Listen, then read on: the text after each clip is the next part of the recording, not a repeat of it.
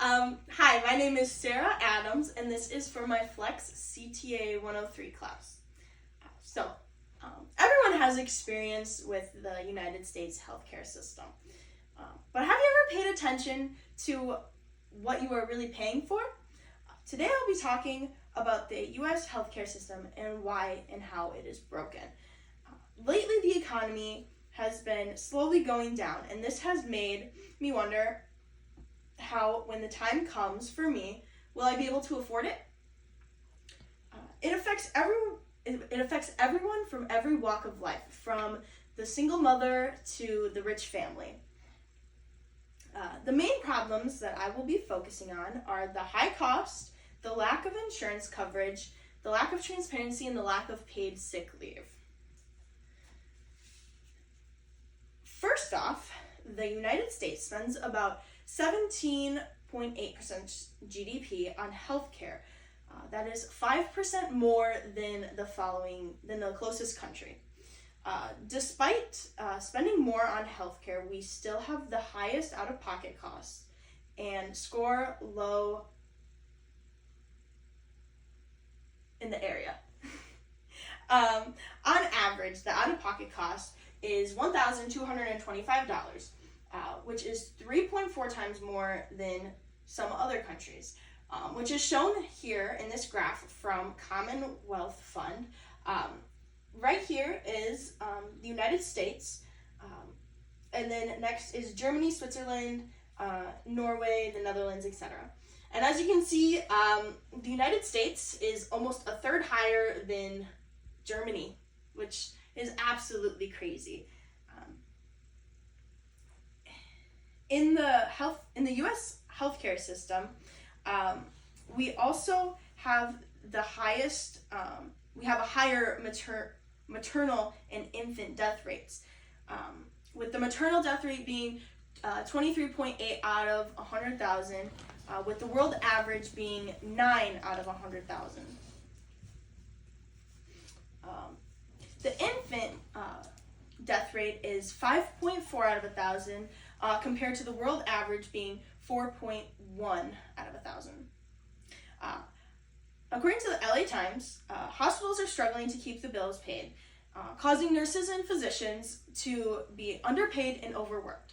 This causes patients like me and you alike to not get the proper care we deserve. Next is insurance coverage. According to the Clinton carrier, the U.S. has the lowest amount of population covered under government health insurance, and private health insurance coverage is very popular. Most Americans get health insurance through their employers. But what happens when you don't have health insurance? Well, it can lead to medical debt, which is the number one leading cause of bankruptcy in America. And insurance companies also can decide or prevent coverage if they deem the care you need as not important. And this can lead you with paying for very expensive medical treatments such as MRIs and X-rays if something tragic happens. Next is the lack of transparency. Many people in the United States experience fragmented care due to poor appointment coordination. Prices can range and vary from different providers and hospitals, insurers, and institutions. Hospitals aren't required to show prices, which can lead to a feeling of not trust.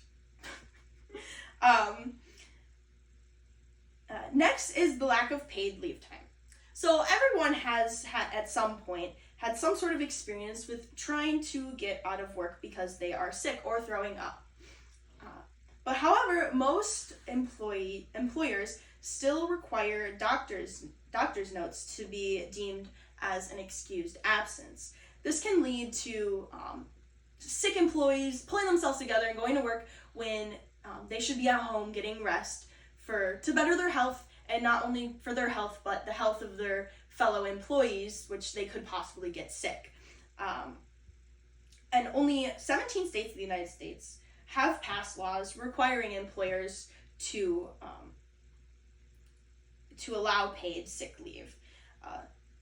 And as I said before, it helps keep the employees healthy and allows them to properly take care of themselves and their families when they also get sick. We are the only developed country that does not guarantee paid sick leave. Everyone wonders why flu season is so bad in America, and it is simply because employees don't want to lose a paycheck. Lastly, the U.S. healthcare system may seem pretty bad after hearing all of that, but there are, however, a couple good things that have come from the United States healthcare system. For example, Fair Observer stated that we have won more Nobel Prizes in the field of medicine than Japan, Australia, Europe, and Canada combined. Almost half of the top 30 pharmaceuticals have come from the United States healthcare system. We also have the highest cancer survival rates.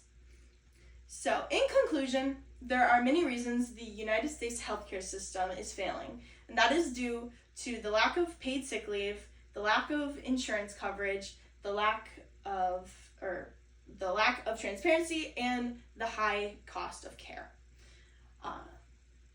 Next time when you're at the doctor's, think of all the things you are paying for or not paying for when you look at the bill. It is absolutely outrageous, and the system needs to be changed. Thank you.